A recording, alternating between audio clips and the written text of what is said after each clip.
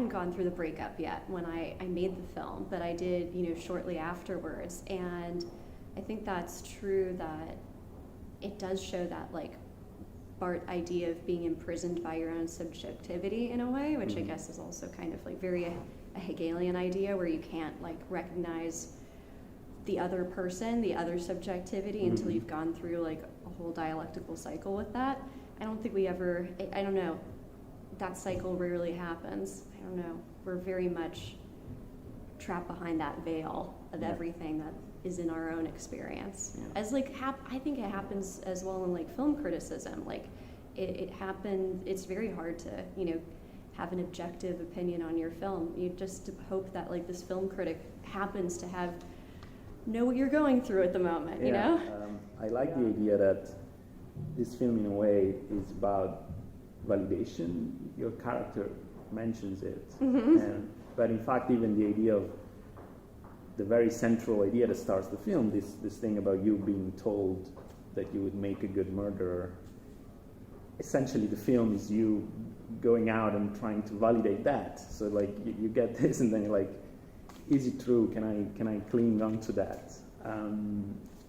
How central is that theme for you? I mean, it's very central. I think that in the way that people are socialized, and especially the way that women are socialized, our identity really hangs on the compliments that are given to us. And if the best compliment that you've been given is that you would make a good murderer, then you really grasp onto it. If that's where the positive feedback is that you're getting, and she isn't getting the support and encouragement that she wants from her career, from her filmmaking, so she latches onto that.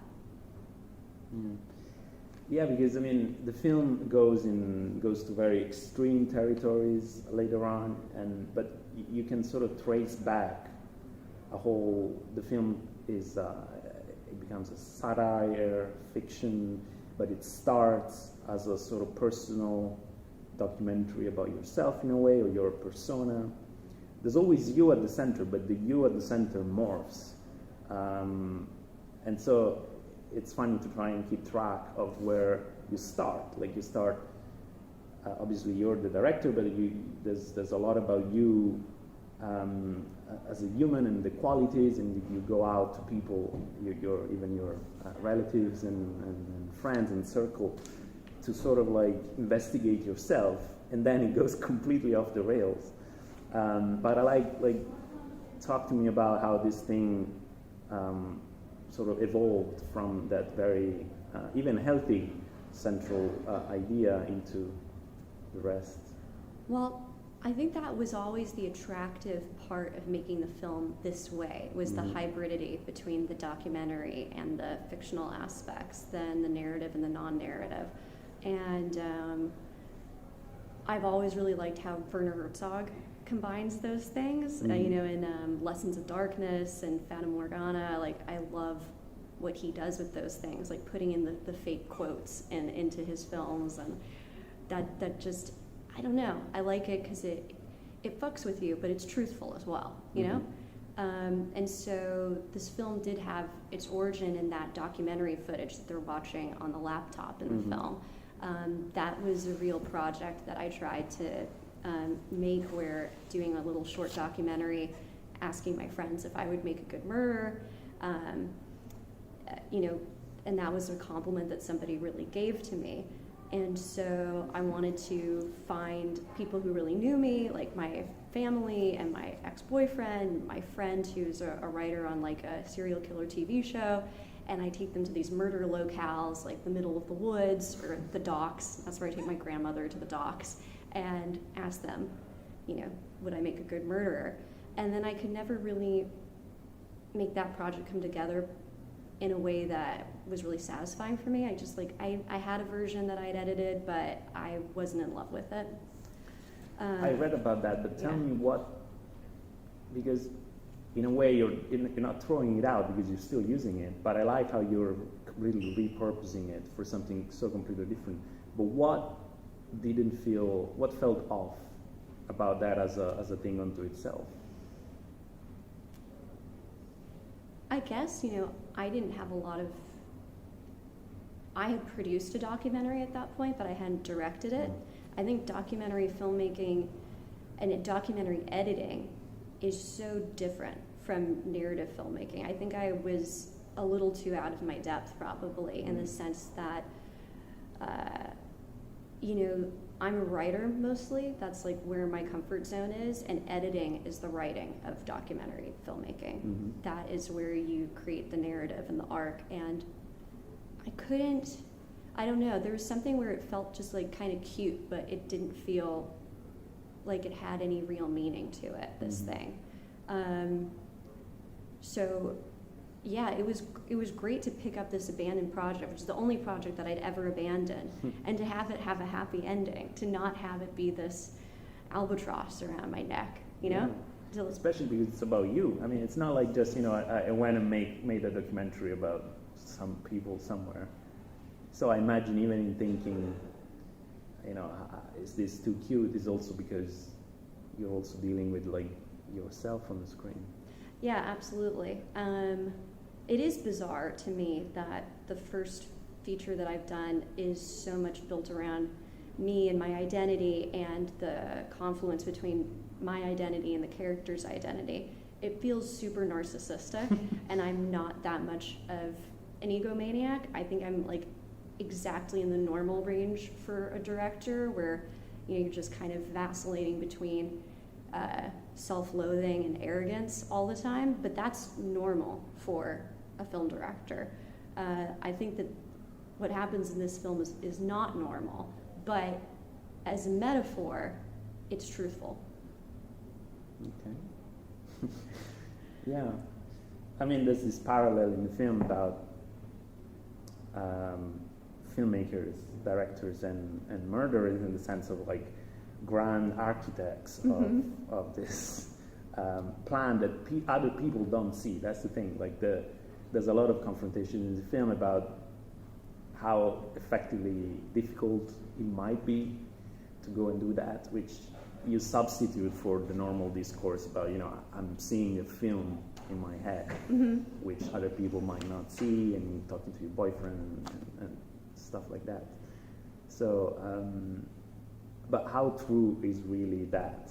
Because it might be, like, I see the association, but is it really how you feel?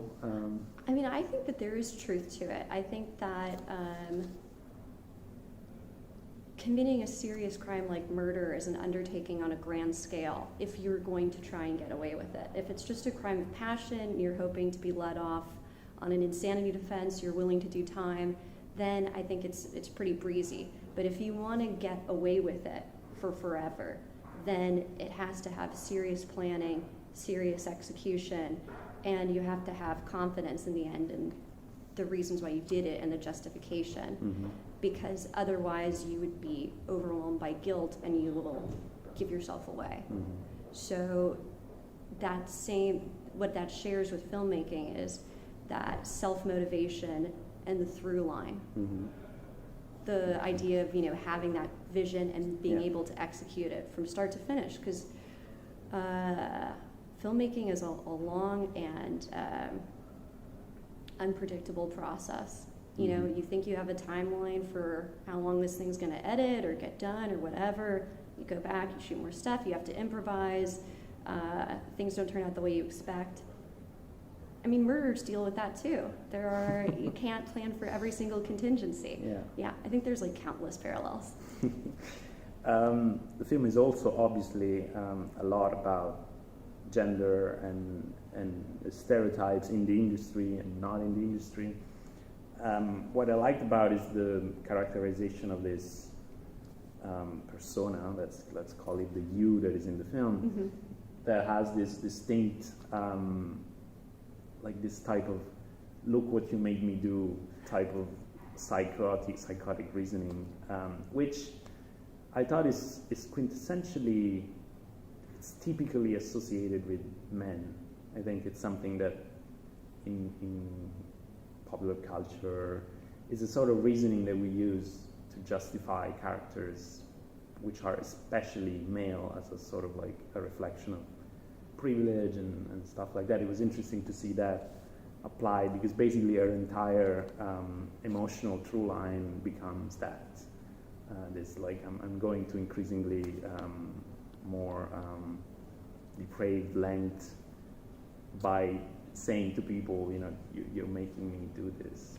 Yeah, she is really bad at taking responsibility. And I think that's one of the reasons why the title is I Blame Society, is because she can't personally take responsibility for the things that she does. But it's also true in a way. I mean, she is a socially conditioned person, and you know, the situation she is in is predicated by the things that are happening to her. She's just taking a definitely unusual attitude and tactics to try and solve her problems, but it's not like anybody's really trying to help her either. Yeah. She doesn't have the support. If she'd had a good producer, things would have been really different. And that's kind of, sometimes I think there, but for the grace of my wonderful producers, there goes Gillian, you know? I'm really lucky that I had really wonderful people behind me. And I think that if I hadn't had them and they hadn't been there to back me through this process and everything, I could be ending up a hell of a lot more like that.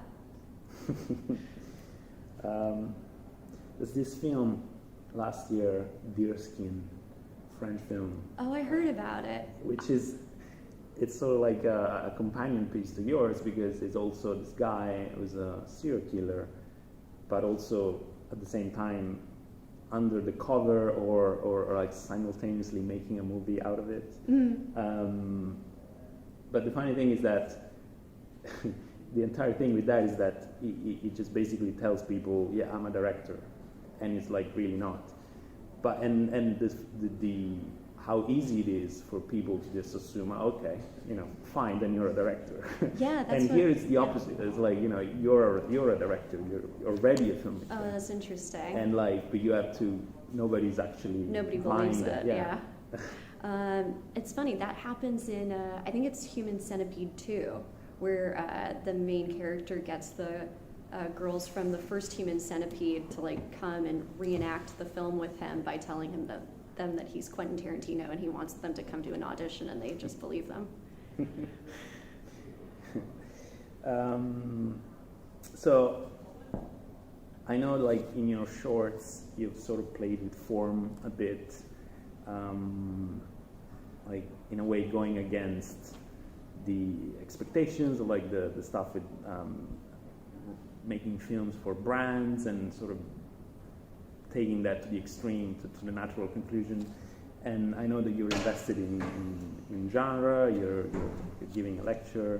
Yeah. So what I'm saying, and this film has its own very peculiar origin and development, and it is about the difficulty of making movies in a way. But like, if you jump ahead as a director, when it all coalesces, what type of cinema do you see yourself making in the future? I really admire directors who don't make the same film over and over again. I love the directors that really stretch themselves in terms of genre, and if you didn't know it, that they directed that film, like you saw 2 movies of theirs, you wouldn't know that it was the same person, but then they you realize it and you're like, no, now it makes sense, but it doesn't feel like a repetition. So like, I really love Louis Malle and Paul Schrader and Paul Verhoeven for that very reason, that I feel like they can do anything, and it's still true to them and true to their taste, but at the same time they're constantly being creative. So I would like to stretch myself and do different genres. There's certain things that I'm not super interested in, but I think there's always like the right project. Like, I don't see myself ever making a Marvel movie, except there's this one Captain America storyline where Ronald Reagan is replaced by a lizard person, and I would definitely make that. Okay. Hey, this is Eric from MyOnCinema.com. If you want to support us, subscribe below. For more reviews, interviews, film festival coverage from Sundance, Cannes, Toronto, you want to check out these guys on this side.